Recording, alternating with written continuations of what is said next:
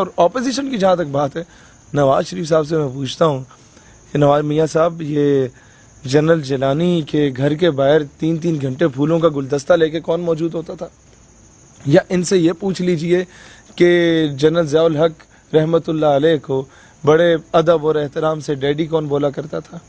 وہ جو کھڑے ہو کے نہ وہ کسی کیٹیگری میں بھی نہیں آتا، وہ جو کہتا ہے ٹماٹر 200 روپیہ درجن ہیں تو آلو بھی درجن، تو وہ جو انڈے ہیں اندے وہ کلو ہیں.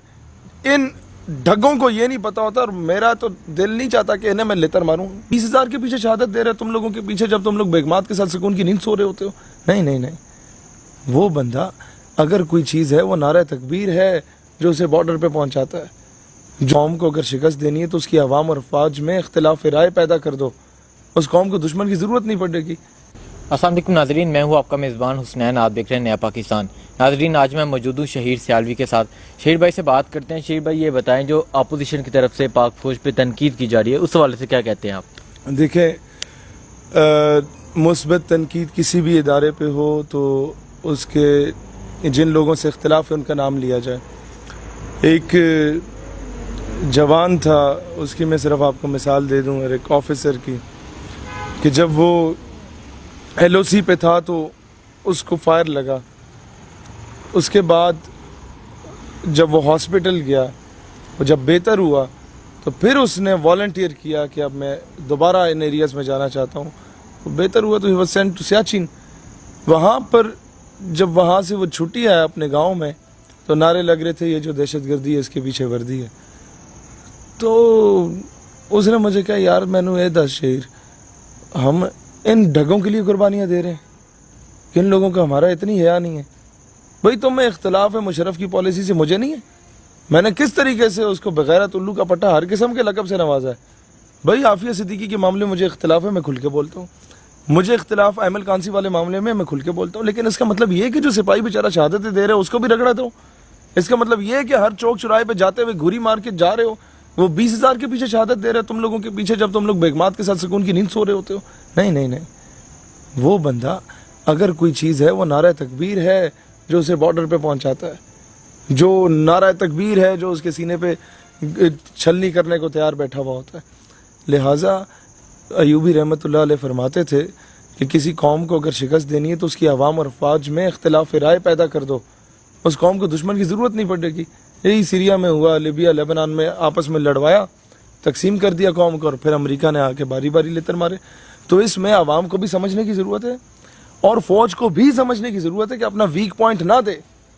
یہ اعلیٰ قیادت کو بھی میں کہہ رہا ہوں کہ کوئی اس قسم کا الٹی سیدھی حرکت نہ کریں. اور اپوزیشن کی جہاں تک بات ہے، نواز شریف صاحب سے میں پوچھتا ہوں کہ نواز میاں صاحب، یہ جنرل جیلانی کے گھر کے باہر 3 گھنٹے پھولوں کا گلدستہ لے کے کون موجود ہوتا تھا؟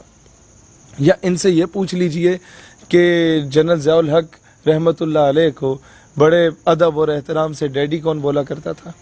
یا میں ان سے پوچھ لیتا ہوں، وہ جو کھڑے ہو کے نہ وہ کسی کیٹیگری میں بھی نہیں آتا، وہ جو کہتا ہے ٹماٹر 200 روپیہ درجن ہیں تو آلو بھی درجن، تو وہ جو انڈے ہیں اندے وہ کلو ہیں. ان ڈھگوں کو یہ نہیں پتا ہوتا، اور میرا تو دل نہیں چاہتا کہ انہیں میں لتر ماروں. میرا دل چاہتا ہے اس عوام کو لتر ماروں جو ابھی بھی چاہتی ہے کہ ایسے ڈھگے جو ہیں یہ وزیر اعظم بنے. پہلے ان لوگوں کے بڑوں نے جو ہے، میں نہیں ابھی کہنا چاہتا کیونکہ بھٹو کا میں احترام کرتا ہوں ختم نبوت صلی اللہ علیہ وسلم کے معاملے پہ، لیکن کرسی کے پیچھے بنگلہ دیش انہوں نے بھی توڑا ہے جناب. اور جہاں تک معاملہ ہے محترمہ کا، تو یہ سارے جانتے ہیں کہ خالصتان کی جب تحریک چل رہی تھی اور سکھ ہندوستان سے آزادی کے بہت قریب پہنچ چکے تھے تو کس نے لسٹیں پہنچائیں اور گمنام سپاہیوں کو شہید کروایا، یہ بھی سارے جانتے ہیں. ہر وزیر اعظم اس منصب پہ فائز ہونے سے پہلے واشنگٹن ڈی سی یا وائٹ ہاؤس میں کیوں جا کے دفعہ ہو کے انٹرویو دے رہا ہوتا ہے، یہ بھی یہ قوم جانتی ہے. اس قوم کو ملک کا قرضہ ختم کرنے کے لیے قرض مکاؤ مہم میں جو کلرک سے لے کے وزیر اعظم تک پوری قوم نے جو پلاٹ بیچے، اپنے جائیداد بیچی، وزیر اعظم تک سب نے کھائے، وہ بھی یہ قوم جانتی ہے. تبھی یہ ڈیم فنڈ والا بابا جب چندہ مانگ رہا ہوتا ہے تو کوئی 10 روپے کا میسج کرنے کو تیار نہیں ہوتا کہ قوم کا یقین نہیں رہا بیکاز آف دیز گونز. لہٰذا ہمیں یہ چیز سمجھنے کی ضرورت ہے کہ سارا ملبہ ان پہ نہ گرائیں. آپ بھی ان کی گود میں بیٹھا کرتے تھے. جنرل صاحب کی جو گود ہوتی ہے وہ کانسٹنٹ رہتی ہے, اس میں ہر 2-4 سال کے لیے بیٹھنے والا تبدیل ہوتا ہے. تو آپ اگر اتنے ہی کمپیٹنٹ آدمی ہیں, آپ نہ بیٹھے نا جنرل صاحب کی گود کے لیے. وہ کیا ہر وقت حاضر ہوتی ہے؟ جب تک خود جا کے بیٹھیں گے نہیں, میرا خیال ہے وہ بھی آپ کو جان بوجھ کے نہیں بٹھائیں گے. جب تک خود جا کے بوٹ نہیں پالش کریں گے, میرا خیال ہے وہ بھی آپ کو اپنا غلام بنانے کے لیے رضامند نہیں ہوں گے. یہ الطاف حسین کو بھی, لیکن اس میں کہوں گا کہ ماضی میں اس طرح کی غلطیاں کی ہیں. الطاف حسین کو لانچ کیا تھا پی پی کو توڑنے کے لیے, الطاف حسین ان کے لیے مشکل بن گیا. نواز شریف کو لانچ کیا تھا پیپلز پارٹی کے اگینسٹ, وہ مسئلہ بن گیا. ایوب لایا تھا ذوالفقار علی بھٹو کو, اس نے جو گل کھلائے. تو ہر بندہ یہاں پر میر ظفر اللہ خان جمالی والی بات ہے کہ مجھ سمیت تمام وزرائے اعظم کو فوج ہی لاتی ہے. لیکن مسئلہ صرف یہ ہے کہ آپ خود اتنے کمپیٹنٹ بن جائیں کہ آپ کو فوج کے سہارے کی ضرورت نہ پڑے, کہ جب تک وہ میٹھا میٹھا ہپ ہپ کڑوا کڑوا تھو تھو, اس معاملے کو اب ختم کرنے کی ضرورت ہے. کمپیٹنٹ بندے جب خود سامنے آئیں گے تو فوج کو میرے خیال ہے انٹرفیئر کرنے کی ضرورت ہی نہیں پڑے گی. ٹھیک ہے شہید بھائی, آپ فوج کی محبت میں جو کہنا چاہتے ہیں, دیکھیں ایک طرف پاک فوج کے جوان شہید ہوتے ہیں, دوسری طرف جلسہ ہوتا ہے. ان جو شہید جوان ہوتے ہیں انہیں تو راج تحسین نہیں پیش کیا جاتا وہاں. یار مجھے حیرت ہوتی ہے, کراچی جلسے میں ایک الو کا پٹھا اٹھ کے یہ کہتا ہے اردو ہماری قومی زبان نہیں ہے, اور وہ الو کا پٹھا یہ جملہ بھی اردو میں بولتا ہے. یہ قوم کو تقسیم کرنے کی کوشش کی جا رہی ہے. آپ کو پتہ ہے میں حکومت کا اس وقت جتنا میں کرٹیسائز کرتا ہوں عمران خان کو, شاید ہی نوجوانوں میں کوئی کرتا ہو جتنا میں ایون آرم فورس کی غلط پالیسیز کے اگینسٹ بولتا ہوں. افغانستان کے معاملے میں جو کچھ ہوا اتنا شاید ہی کوئی بولتا ہو. لیکن میں کبھی اس طرح کا ویک پوائنٹ نہیں دیتا کہ میری قوم تقسیم ہو. میں کبھی ایسی حرکت نہیں کرتا کہ میری قوم فرقہ واریت میں الجھ جائے. میں کبھی یہ حرکت نہیں کرتا کہ میری قوم پٹھان, پنجابی, سندھی, بلوچی میں پڑ جائے. یہ پشتو بھی ہماری زبان ہے الحمدللہ, میں بولتا ہوں. پنجابی بھی ہماری زبان ہے, وہ بھی میں بولتا ہوں. بلوچی اور سندھی بھی تھوڑی بہت میں سمجھ لیتا ہوں. یہ ساری ہماری زبانیں, کشمیری, بلتستانی, ساری ہماری زبانیں. لیکن اردو ہماری پہچان ہے کہ لہجوں سے یا سلیقے سے فضاؤں میں جو خوشبو گھول سکتے ہیں, ابھی کچھ لوگ باقی ہیں جو اردو بول سکتے ہیں. تو یہ جو ادب احترام کا ایک معاملہ اردو میں, یہ شاید ہی کسی اور زبان میں ہو. اور یہ خواہ میں ان چیز کو ٹارگٹ کر کے قوم کو تقسیم کرنا بڑے بڑے جلسوں میں, یا ایسے جلسوں میں آ کے عوام میں ابہام پیدا کرنا. حکومت سے اختلاف ہے, ہٹاؤ حکومت کو, تمہارا جمہوری حق ہے. کسی فرد واحد, کسی جرنیل سے اختلاف ہے, کرو, لیکن ان ٹوٹیلٹی پورے ادارے کو بیچ میں رگڑو گے تو یہ ہم ساروں کے گھروں میں فوجی موجود ہیں. ہم ساروں کے کسی کا بھائی ایل او سی پہ بیٹھا ہوا ہے, کسی کا خاندان کا کوئی شخص ہے. میرا تو الحمدللہ تقریباً پورا ٹبر ہی فوجی ہے.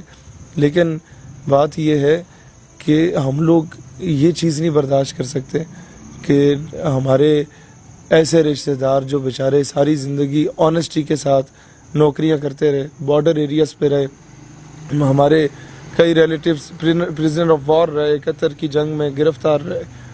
تو ایسے لوگوں کو جب ملک سے وفاداری کے عوض میں انہیں دہشت گردی کے ٹھپے یہ لوگ نواز رہے ہوں گے بڑے بڑے جلسوں میں, تو میں سمجھتا ہوں یہ ہمارے لیے بڑا اذیت کا باعث ہوتا ہے, اس قوم کے لیے بڑا اذیت کا باعث ہوتا ہے. میرے ذہن میں وہ صوبیدار ملک صاحب اوان آ جاتا ہے جو کہتا ہے کہ میرا بیٹا, اس کی میت آئی ہے لیفٹیننٹ فیض سلطان شہید کی, تو وہ پوچھتا ہے اس کمانڈنگ آفیسر سے کہ ادھر ہی روک دو اس کی میت کو, مجھے بتاؤ اس نے گولی پیٹھ پہ کھائی ہے یا سینے پہ کھائی ہے.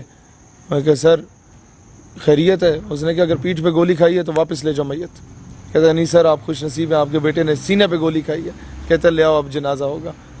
تو ایسے لوگ جو ہوتے ہیں, میں جو بتایا اس بیچارے والد پہ کیا گزر رہی ہوگی, اس ماں پہ کیا گزر رہی ہوگی. وہ پٹھان ماں جو ادھر جی ایچ کیو میں جا کے کہتی تھی بیٹا اس کا شہید ہوا تھا, اور وہ پوچھتا ہے اینکر پرسن کہ بھئی تمہارے کیا تاثرات ہیں.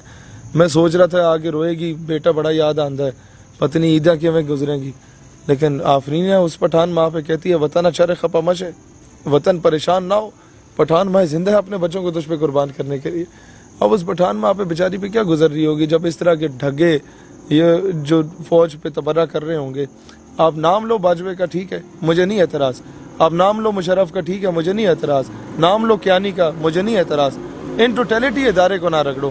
اور دوسری بات یہ ہے کہ میں اس قوم کو یہ کہنا چاہتا ہوں کہ خدا کا واسطہ ہے حلال کمانے پہ سوچو, کیونکہ جب آپ حرام کماتے ہیں وہ چیز آپ کی اولاد پہ اترتی ہے. لوگ کیوں حرام کماتے ہیں؟ اولاد کو پالنے کے لیے، ان کو ایکسٹرا آسائشیں دینے کے لیے۔ کیا فائدہ اس حرام کھلانے کا اپنی اولاد کو کہ جب میاں صاحب جیل میں تھے اور عدالت کے چکر لگا رہے تھے اور جج کہتا تھا تمہارے 2 بیٹے آگے کوئی گواہی دے دیں تو شاید نرمی ہو سکتی ہے، وہ دونوں بیٹوں نے کہا کہ جی بہن حاضر ہے یہ جائے، ہم نے کوئی نہیں آنا پاکستان، باپ کے لیے پاکستان نہیں ہے۔ میرے خیال ہے والدہ کے جنازے پہ بھی گھاٹی آئے ہوں گے، کوئی نہیں آئے۔ تو ایسے پیسوں کا کیا فائدہ جو آپ نے ملک کا خزانہ لوٹ کے ان کو لگایا؟ یہ زرداری صاحب جو مسٹر 10% کہلاتے ہیں، پورے ملک کا خزانہ لوٹ کے جو آپ نے بلاول کو پہ لگایا، اس کو کیا ملا اس کے عوض؟ شیخ رشید، بس۔ مطلب بلاول صاحب جس کو جب تک شیری رحمان صاحبہ اسکرپٹ لکھ کے نہیں دیتی وہ آئیں بائیں شاید بول نہیں سکتا، اور مجھے آفرین ہے اس قوم پہ، پھر بھی بس ایک ترانہ لگتا ہے جہاں مداری بندر کو نچائے گا ادھر یہ لوگ ناچنے کو تیار ہوں گے۔ تو یہ حیرت کی باتیں ہیں۔ اللہ تعالیٰ اس قوم کو سمجھ بوجھ دے۔ میں حکمرانوں سے تو کچھ نہیں کہتا، ان لوگوں کو تو سمجھ بوجھ پتہ نہیں ملنی یا نہیں ملنی۔ قوم اتنی سمجھدار ہو جائے کہ اپنے ملک کے وفاداروں کو ووٹ دے، اپنے ملک کے وفاداروں کو مین سٹریم میں لائے۔ آج تک یہ ڈاکٹر عافیہ صدیقی کا معاملہ حل نہیں ہوا، آج تک آپ لوگوں کے ملک کے قرضوں کا معاملہ حل نہیں ہوا، آج تک۔ اور ایسے ایسے سیاستدانوں کو اٹھا کے ان لوگوں نے لایا ہوا ہے کہ جب ڈیمز بنانے کی بات ہوتی تھی یہ الو کے پٹھے احتجاج کرتے تھے اور کہتے تھے پانی سے اگر بجلی کو نکال دے گا تو پیچھے کیا رہے گا۔ مطلب ایسے لوگ آپ کے MNAs ہیں۔ تو میرا خیال ہے یہ قوم کو سمجھنا چاہیے کہ یہ خود ہی اپنی سب سے بڑی دشمن ہے کہ ہر 5 سال کے بعد یہ قیمے والے نان پہ، بریانی کی پلیٹ پہ اپنے ضمیر، اپنی عزت نفس کا سودا کرتی ہے، اور جس کے پیچھے یہ لوگ سودا کرتے ہیں وہ پھر قوم کی بیٹیوں کا سودا کراتے ہیں۔ تو یہ قوم کو سمجھنے کی ضرورت ہے۔ ادروائز وہ لتر اس قوم کو پڑھنے جو لتر پہلے افغانستان میں پڑھنے تھے، جو لتر پہلے عراق، ایران، لیبیا، سیریا اور فلسطین میں پڑھے۔ مسلمانوں کے ساتھ جو ظلم ہوا اب وہ پاکستان کی طرف دستک دینے کو تیار